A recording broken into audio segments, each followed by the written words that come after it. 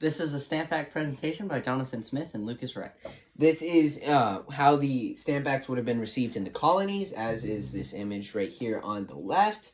And it was the actual Stamp Act itself as it would have been given to the colonists. The Stamp Act was a tax that was implemented in 1765.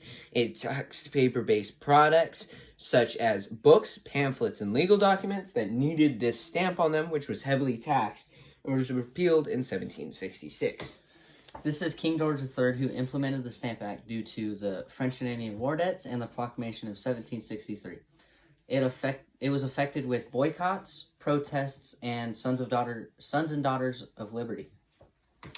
The change that it caused a bunch of negative change in the colonies in a way because of the negative social unrest, and it led to revolution and negatively impacted the English because of the lack of trade during that section, because of the boycotts and protests, and it just wasn't really helpful in their ways.